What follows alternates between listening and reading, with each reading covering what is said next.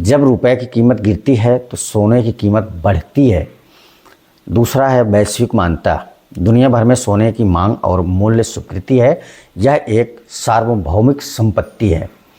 नमस्कार दोस्तों, आप सभी का स्वागत है एक बार फिर से एक नए वीडियो में। तो दोस्तों, आज आपके लिए हम लेके आए हैं कि सोने में निवेश कैसे करें। अगर आपके पास आपके डेली रूटीन के खर्चों से आपके पास कुछ पैसे बच रहे हैं तो आपको कहीं ना कहीं इन्वेस्ट करना चाहिए, जो आने वाले समय में आपको काफ़ी हेल्प कर सकता है। क्योंकि जो सोने का निवेश है, सोना हर साल लगभग 10 से 12% आपको ईयरली रिटर्न दे रहा है। तो आने वाले समय में सोना एक ऐसा एसेट है आपके पास जो ऑल इंडिया, ऑल वर्ल्ड जिसका ट्रेड होता है, और ये एक सार्वभौमिक आपकी संपत्ति है। तो सोने के बारे में हर कोई जानता है। सोने का विश्लेषण बहुत ज़्यादा देना उचित नहीं है। तो हम आपको सीधा लेके चलते हैं अपने कंप्यूटर स्क्रीन पर और आपको हम बताते हैं कि सोने में इन्वेस्ट कैसे करें। एक भौतिक सोना होता है, एक ETF होता है, एक SGB होता है और एक होता है डिजिटल गोल्ड। ये होते हैं टोटल 4 प्रकार के सोना में इन्वेस्ट करने के तरीके। अब आपको कहाँ इन्वेस्ट करना है, पूरी जानकारी हम इसमें आपको देंगे। जहाँ आपको बेटर लगता है, आपको जहाँ आपके हिसाब से सुविधाएं, मतलब आप जहाँ ज़्यादा कंफर्ट फील करते हो वहाँ पे आप इसमें इन्वेस्ट करिए। और नहीं तो हम आपको बताएंगे ही सबसे बढ़िया कहाँ है, किस जगह पे सबसे ज़्यादा आपको इन्वेस्ट करने के बाद सबसे अच्छा रिटर्न मिलेगा, सुरक्षा कहाँ मिलती है, ब्याज दर आपको कहाँ अच्छा मिलेगा, या फिर आप कहीं रखते हैं सोना तो वहाँ पे आपको ब्याज भी देना होता है तो कहाँ कब सबसे कम लगेगा। सारी चीज़ें आज की वीडियो में हम आपको बताएंगे। तो सबसे पहले देखते हैं सोने में निवेश क्यों करें। सबसे पहला है पॉइंट, सुरक्षा से, महंगाई से सुरक्षा। सोना मुद्रास्फीति यानी कि इन्फ्लेशन के विरुद्ध सबसे मजबूत ढाल है। जब रुपए की कीमत गिरती है तो सोने की कीमत बढ़ती है। दूसरा है वैश्विक मान्यता। दुनिया भर में सोने की मांग और मूल्य स्वीकृति है। यह एक सार्वभौमिक संपत्ति है। संकट में सहारा, आर्थिक संकट, युद्ध या बाजार दुर्घटना में सोना सेफ हेवन की भूमिका निभाता है। पोर्टफोलियो विविधता यानी कि पोर्टफोलियो डाइवर्सिफिकेशन। शेयर बाजार गिरने पर भी सोना स्थिर रहता है और यह आपके निवेश को संतुलित रखता है। दीर्घकालिक लाभ, पिछले 20 सालों में सोने ने औसतन लगभग 10 से 12% का रिटर्न दिया है। और लिक्विडिटी की बात करते हैं तो सोने को आसानी से नगद में बदला जा सकता है, कभी भी और कहीं भी। फिर आते हैं सोने में निवेश के प्रकार। तो टोटल 5 प्रकार हैं। भौतिक सोना यानी कि फिजिकल सोना, आप सोने को खरीद सकते हैं, जैसे सिक्के, बिस्कुट, आभूषण, सबसे पारंपरिक तरीका है। दूसरा आता है सॉवरेन गोल्ड बॉन्ड यानी कि SGB, सरकारी बॉन्ड जो 2.5% ब्याज प्लस पूंजी का लाभ देता है। तीसरा है गोल्ड ETF, शेयर बाजार पर इलेक्ट्रॉनिक ट्रेडिंग होती है। शेयर बाजार के आप बारे में जानते हैं, उसके शेयर बाजार के, तो ये आपको पता ही होगा। और चौथा है डिजिटल गोल्ड, फ़ोन पे, पेटीएम, MMTC, ₹1 से शुरू कर सकते हैं आप। पांचवा है gold mutual fund, gold ETF में अप्रत्यक्ष निवेश, SIP सुविधा। तो ये है टोटल 5 तरीके जहां आप गोल्ड में इस तरह से निवेश कर सकते हैं।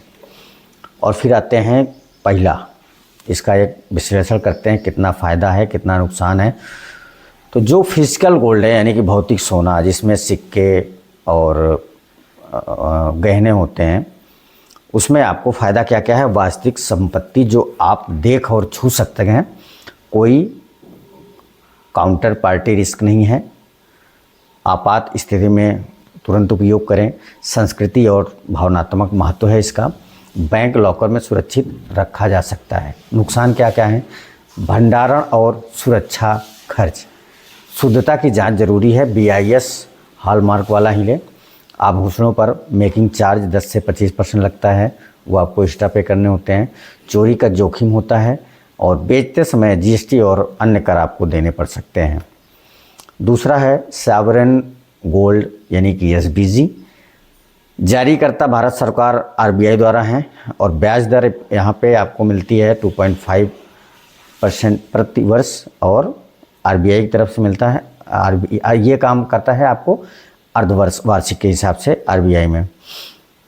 और अधिकतम सीमा है 4 किलोग्राम प्रति व्यक्ति, और न्यूनतम निवेश जो है 1 ग्राम आप यहाँ पे निवेश कर सकते हैं।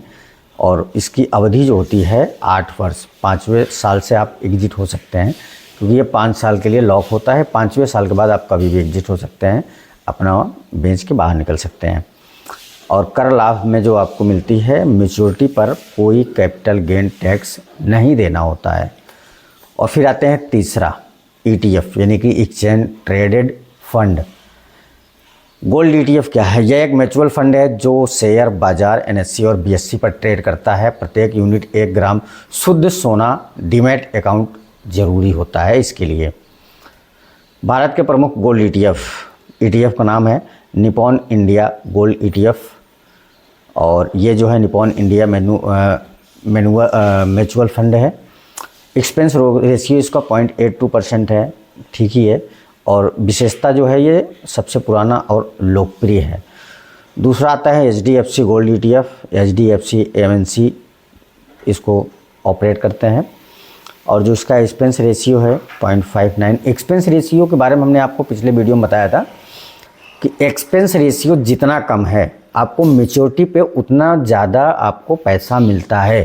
एक्सपेंस रेशियो जितना ज़्यादा है मैच्योरिटी पे आपको पैसा उतना कट जाता है। ये चीज़ हमेशा याद रखिए कि एक्सपेंस रेशियो हमेशा 1% के अगर अंदर है तो आपको अच्छा बेनिफिट देखने को मिलेगा। अगर 1% के ऊपर निकल गया तो वो वहाँ पे आपको काफ़ी डिडक्शन देखने को मिल सकता है आपको मैच्योरिटी पे, आपके संपत्ति पर। और फिर उसके बाद आते हैं ये 0.59 है और कम खर्च अनुपात के अनुसार है।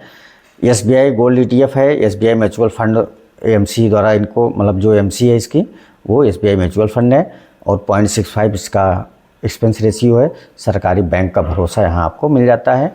और फिर आता है ICI prudential gold ETF।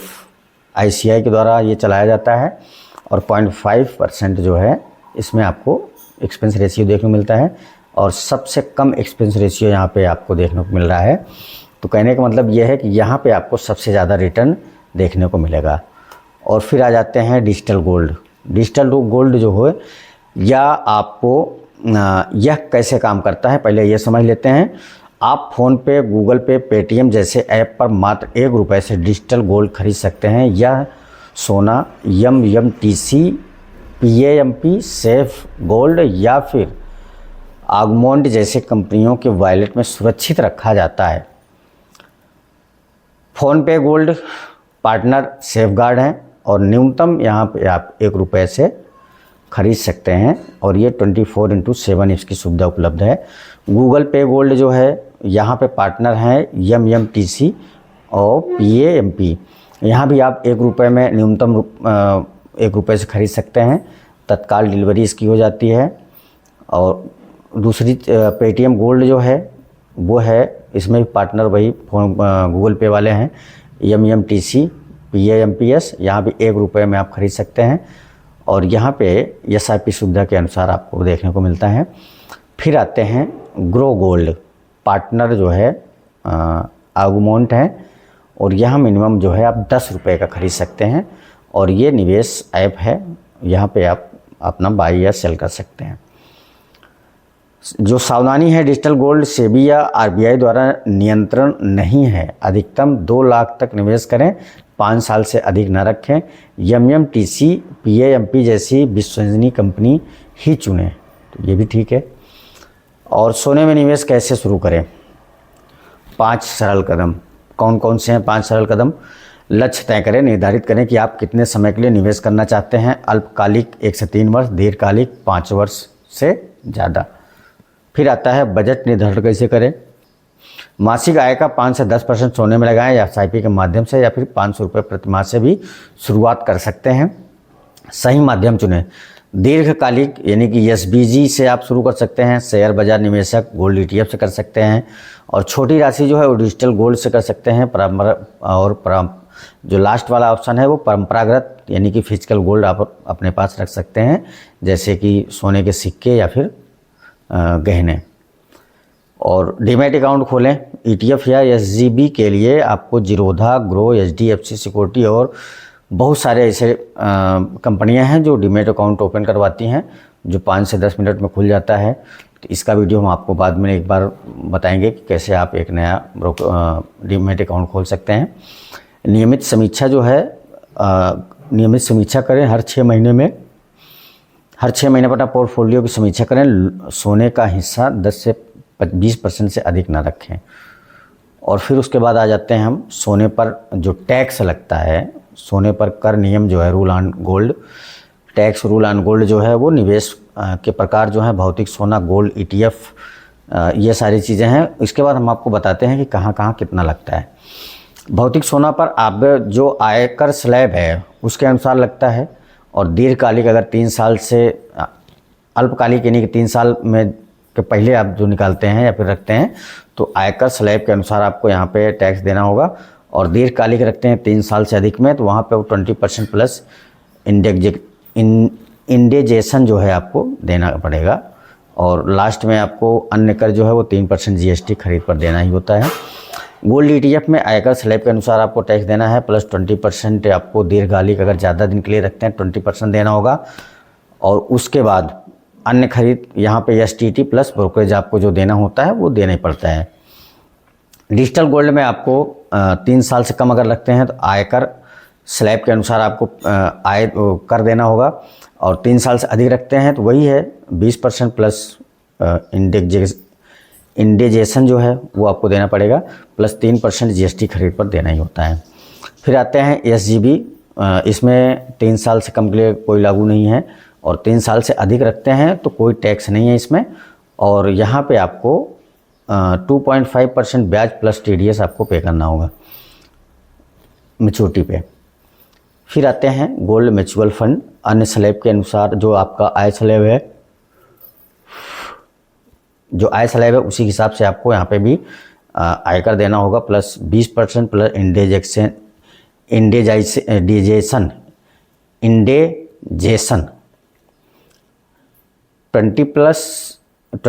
Plus इंडेजेशन। और एग्जिट लोड देखें, एग्जिट लोड उस टाइम पे देखेंगे कितना कैसे है, तो उस टाइम पे आपको सारे टैक्स देने होंगे। तुलना कौन सा विकल्प आपके लिए सही है, तो यहाँ पे ध्यान से समझिए कि यहाँ आपके लिए सबसे बेटर क्या है। न्यूनतम निवेश जो है वो है 5,000 रुपये प्लस भौतिक सोना में, और SGB में 5,000 रुपये से प्लस। गोल्ड ETF में आप 500 रुपये प्लस कर सकते हैं, और डिजिटल गोल्ड में आप 1 रुपये से शुरुआत कर सकते हैं। डीमैट ज़रूरी है कहाँ कहाँ पे, कहाँ नहीं है।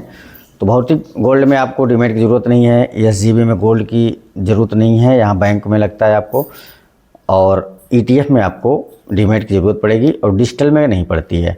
सरकारी गारंटी कहाँ कहाँ चाहिए, कहाँ नहीं चाहिए, मतलब जो मिलता है गारंटी वो भौतिक सोना में नहीं मिलेगा, SBG में मिलेगा, म्यूचुअल फंड में नहीं मिलेगा, और डिजिटल गोल्ड में भी नहीं मिलेगा। ब्याज आय जो है भौतिक सोना पर कुछ नहीं मिलने वाला है। SGB पे आपको 2.5% मिलता है, और गोल्ड ETF पर कुछ नहीं मिलेगा। बाकी जो म्यूचुअल फंड का जो रिटर्न है वो आपको मिलता है। बाकी ये एक तरह से अगर वैसे देखते हैं तो डायरेक्ट आपको कुछ नहीं मिलने वाला है। डिजिटल गोल्ड में कुछ नहीं मिलता है। टैक्स लाभ आपको सिर्फ SGB में मिलता है, और ETF में मिलता है, LTCG लागू है, और डिजिटल गोल्ड में भी LTCG लागू है। तरलता में भौतिक सोना माध्यम है, मतलब एक मिडिल टाइप का है, कभी भी आप बेच सकते हैं। SGB जो है वो आप 5 साल से कम नहीं बेच सकते हैं, 5 साल के लिए लॉक हो जाता है। और ETF जो है वो कभी बेच सकते हैं, डिजिटल गोल्ड आप कभी बेच के पैसा निकाल के अपने यूज़ में ले सकते हैं। नियामक जो है भौतिक सोना में आपको BIS वाला, हॉलमार्क वाला खरीदें। SGB जो है RBI है, और गोल्ड ETF जो SEBI के द्वारा है, और डिजिटल गोल्ड जो है वो कोई नहीं, मतलब कुछ भी नहीं।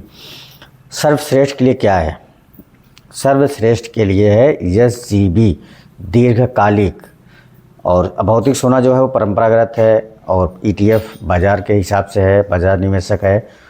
और अगर आप शुरुआत करना चाहते हैं तो वो आपके लिए डिजिटल गोल्ड पर्याप्त है। महत्वपूर्ण सुझाव और सामान्य गलतियाँ, पहले स्मार्ट निवेशक की आदत समझें।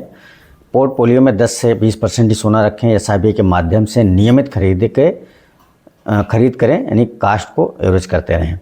एसजीबी को मैच्योरिटी तक रखें, टैक्स फ्री बनाएं। त्यौहार पर बड़ी खरीद से बचें। सोने को आपातकालीन फंड न समझें और निवेश का रिकॉर्ड ज़रूर रखें इनवॉइस और स्टेटमेंट के ज़रिए। समान गलतियाँ क्या क्या नहीं करनी चाहिए, जो गलतियाँ होती हैं क्या नहीं होनी चाहिए। आभूषणों का निवेश समझना, मेकिंग चार्ज वेस्ट, बिना BIS हॉलमार्क वाला सोना खरीदना और 100% पोर्टफोलियो सोने में लगाना, जल्दी प्रॉफिट के लिए सोना खरीदना और अनजान ऑनलाइन प्लेटफॉर्म पर भरोसा करना और लास्ट में है घर में बड़ी मात्रा में सोना रखना। तो ये सब नहीं होना चाहिए। फिर लास्ट में आते हैं कंक्लूजन, यानी कि समरी पर, निष्कर्ष पर। एसजीबी सबसे बेहतर है। सरकारी गारंटी प्लस 2.5% का ब्याज मिलता है, प्लस मैच्योरिटी पर कोई टैक्स नहीं देना होता है। गोल्ड ETF जो है दूसरा श्रेष्ठ रास्ता है आपके लिए, जो सेबी नियंत्रित करता है। उच्च तरलता, शेयर बाजार पर ट्रेडिंग है। गोल्ड सुरक्षा के लिए ₹1 से शुरू करें। यहाँ आप जो है सीमित निवेश करें और नियामक नहीं है। फिजिकल गोल्ड जो है वो सांस्कृतिक होता है। BIS हॉलमार्क वाला ले, अनिवार्य आभूषण में मेकिंग चार्ज से बचें। तो दोस्तों ये रहा हमारा गोल्ड कैसे खरीदें, कहाँ से खरीदें और अपने आय का कितना % गोल्ड में यूज करें, कितना नहीं करें। तो ये सारी चीज़ें आपने देख ली, समझ ली। कैसा लगा हमारा वीडियो कमेंट में जरूर बताइए। चैनल पर नए हैं, चैनल को सब्सक्राइब